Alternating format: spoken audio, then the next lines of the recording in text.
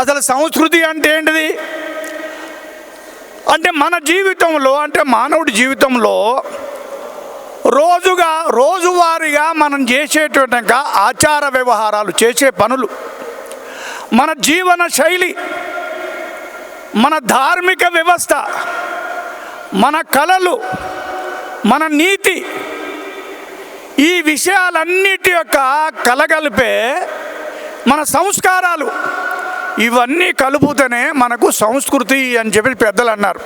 అది ఎక్కడి నుంచో బయట నుంచి ఊడిపడింది కాదు. దీని కొరకి మన ఋషులు మునులు ఏది చేస్తే మంచిది, ఏది చేస్తే చెడు అని ప్రతిదాన్ని కూడా ధార్మిక తత్వాన్ని, పుణ్యము పాపము దేవుడు అని ఆ రకంగా దైవత్వాన్ని జోడించి మనల్ని సరైన పద్ధతిలో ఉంచడం కొరకి రకరకాల ప్రయత్నాలు చేశారు. అందుకనే ఈ దేశాన్ని మనం భారతమాత అని చెప్పేసి అంటాం, ఈ భూమిని మనం తల్లి అని చెప్పేసి అంటాం.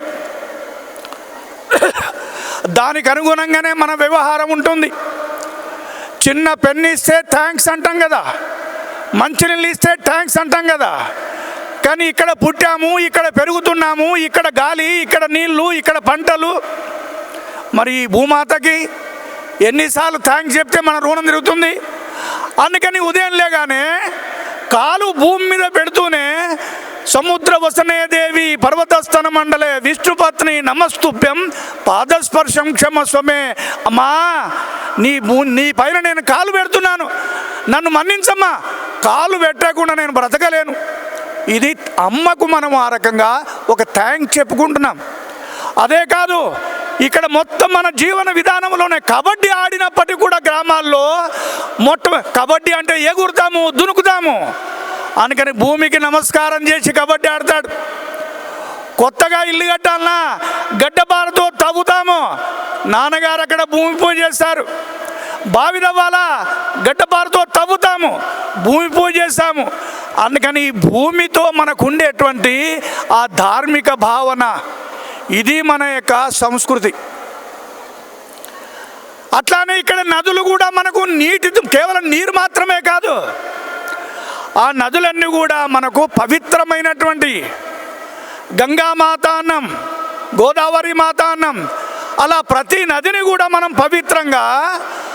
అంతేకాదు, మన పూర్వీకులు ఎక్కడో బాత్రూంలో స్నానం చేసేప్పుడు కూడా ఆ బకెట్లో నీళ్లు పోసుకొని గంగే చ యమునే చైవ అంటే ఈ నదుల యొక్క, మన దేశంలో పవిత్ర నదులు ఏవైతున్నాయో ఆ నదుల నీళ్ళన్నీ కూడా ఆ బకెట్లోకి ఆహ్వానం చేసి అక్కడి నుంచి అన్ని నదుల యొక్క పవిత్ర నీటితోటి నేను స్నానం చేస్తున్నాను. ఇది మన సంస్కృతి. మన పర్వతాలు, కేలు, రాళ్ళు, రప్పలు, మట్టితో కూడుకున్న పెద్ద పెద్ద గుట్టలు మాత్రమే కాదు, పర్వతాలంటే మన దేవతలు నివసించే ప్రదేశాలు, మన ఋషులు మునులు తపస్సు చేసినటువంటి. అందుకనే వెంకటేశ్వర స్వామి గుడి ఎక్కడ గుట్టెక్కాల్సిందే, యాదగిరి నరసింహస్వామి గుట్ట ఎక్కాల్సిందే, అలా మీరు ధామాలు వెళ్ళారా గుట్ట ఎక్కాల్సిందే, అలా మన భగవంతుడు విజయవాడ దుర్గమ్మ గుట్ట ఎక్కాల్సిందే. అంతేకాదు, హిమాలయ పర్వతాలు కూడా దేవతాత్మ హిమాలయ, భగవంతుడు అక్కడ నివాసం ఉన్న ప్రదేశం. అది కేవలం మంచు కొండలు కాదు మనకవి. అందుకని కొండల్ని కూడా, గుట్టల్ని కూడా మనము ఆ రకంగా దేవత అనేటువంటి ఒక దృష్టితో పవిత్రంగా మనం చూస్తుంటాం. అలాగే ఈ భూమిలో ఉండేటువంటి ప్రతి ధూళి కూడా, కణకణము, ఇసుక, రాయి, ప్రతిది కూడా మనకు పవిత్రమైందే. వివేకానందుడు విదేశాలకు వెళ్ళి అనర్గళంగా ఉపన్యాసాలు ఇచ్చి అప్పుడు తెలిసింది మన వాళ్ళకి, మన వివేకానందుడు ప్రపంచాన్నే ప్రభావితం చేశాడే, తిరిగి భారతదేశానికి వస్తున్నాడు, ఇప్పుడు మనం స్వాగతం పలకాలే.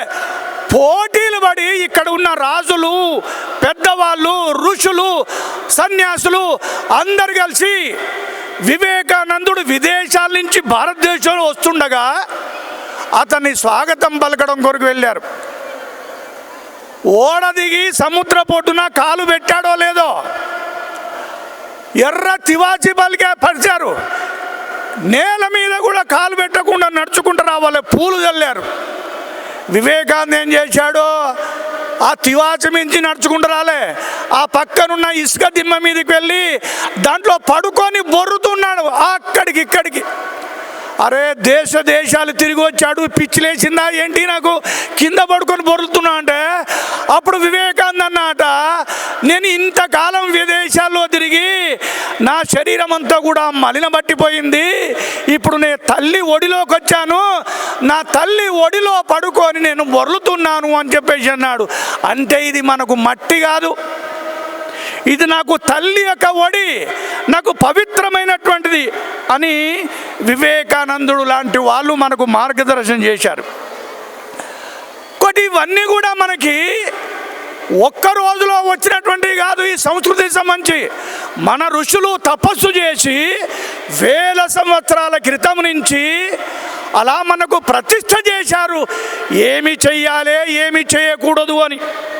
అందుకని అన్నారు మన పెద్దలు, ఏంటిది మన సంస్కృతి అంటే మాతృవత్ పరదారేషు, అంటే పరాయి స్త్రీయే కాదు, ఏ స్త్రీ అయినా సరే తల్లిలాగా చూడాలి స్త్రీని.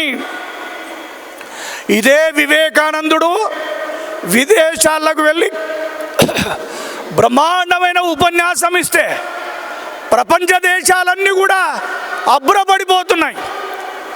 అప్పుడు ఒక మహిళ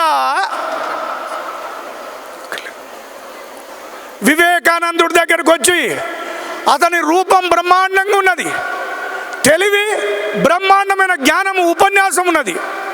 అందుకని ఆ మహిళ వచ్చి నీలాంటి కొడుకు కావాలి నాకు అని కోరింది. అక్కడ ఎవరో మాట్లాడుతున్నారు,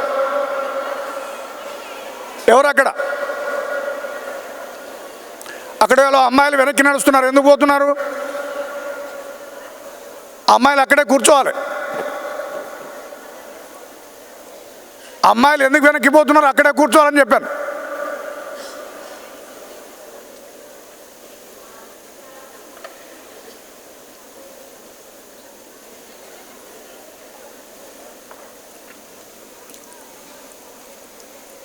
అప్పుడు వివేకానంద అన్నాడు, నన్నే నీ కొడుకుగా భావిస్తే అయిపోతుంది కదా అమ్మ అని చెప్పేసి అన్నాడు. అలాంటి గొప్ప సంస్కృతి మనది. వివేకాన్ని ఇందాక మొదటి బౌద్ధికులు కూడా చెప్పింది, శివాజీ లాంటి వాడు కూడా ఎట్లా వివరించాడు అనేది. అంతేకాదు పరద్రవ్యేషు లోష్టవత్, ఇతరుల సొమ్ము నాకు మట్టితో సమానము. చైనా విదేశీయులు భారతదేశానికి వచ్చి భారతదేశం అంతా కూడా తిరుగుతూ మన అతిథి సత్కారము, మన దయ, మన సేవ, మన నీతి ఇవన్నీ చూసి ఆశ్చర్యపడిపోయినారట. మన దేశాన్ని గురించి చాలా గొప్పగా చరిత్ర రాశారు వాళ్ళు, పుస్తకాలు చదివి రాయలే. మన మర్యాద, మన సత్కారము, మన ప్రేమ, మన దయ ఇవి చూసి రాశారు. ఆ రాసిన పుస్తకాల్లో ఒక విదేశీ చైనీ యాత్రికుడు రాశాడు, ఒక వ్యవసాయదారుడు రైతు భూమి అమ్మాడట, ఇంకోడు కొన్నాడు, వాడు పొలం దున్నుతున్నాడు, వాడు కొన్న భూమిని దున్నుతున్నాడు. ఆ నాగలికి ఒక పెద్ద బంగారు బకెట్ తగిలింది. ఆ బకెట్ తీస్తే మొత్తం బంగారమే ఉంది. ఆ బంగారం బకెట్ పట్టుకొని ఎవడైతే భూమి అమ్మాడో వాడి దగ్గరకు వచ్చి, ఈ భూమి కొన్నవాడన్నమాట, ఈ భూమి నీది, నేను నీ భూమిని కొన్నాను, అయితే దున్నుతుంటే బంగారు బకెట్ వెళ్ళింది, కాబట్టి ఈ బకెట్ నీదే, ఎందుకంటే నేను భూమిని కొన్నాను తప్ప బంగారు బకెట్ నేను కొనలే, ఈ బంగారం నీదే అంటాడు. ఆ అమ్మిన రైతు అన్నమాట, నేను నీకు భూమిని అమ్మాను, భూమిని అమ్మానంటే ఇక్కడున్న చెట్లు కానీ, రాయి కానీ, రప్ప కానీ, మట్టి కానీ అన్నీ నీయే, ఇక్కడ బంగారం వేలని ఎండే వేలని ఇది నాది కాదు నీదే. గొడవ ఏం జరుగుతున్నది? ఇది నాదంటే నాది కాదు, గొడవ ఇది నీదే అంటే నీదే అని. వాళ్ళిద్దరి మధ్యలో జడ్జిమెంట్ కొరకి రాజు దగ్గరికి వెళ్ళాల్సి వచ్చింది. అది మన నీతి అంటే. అంతేకాకుండా ఆత్మవత్ సర్వభూతేషు, అన్నిట్లో కూడా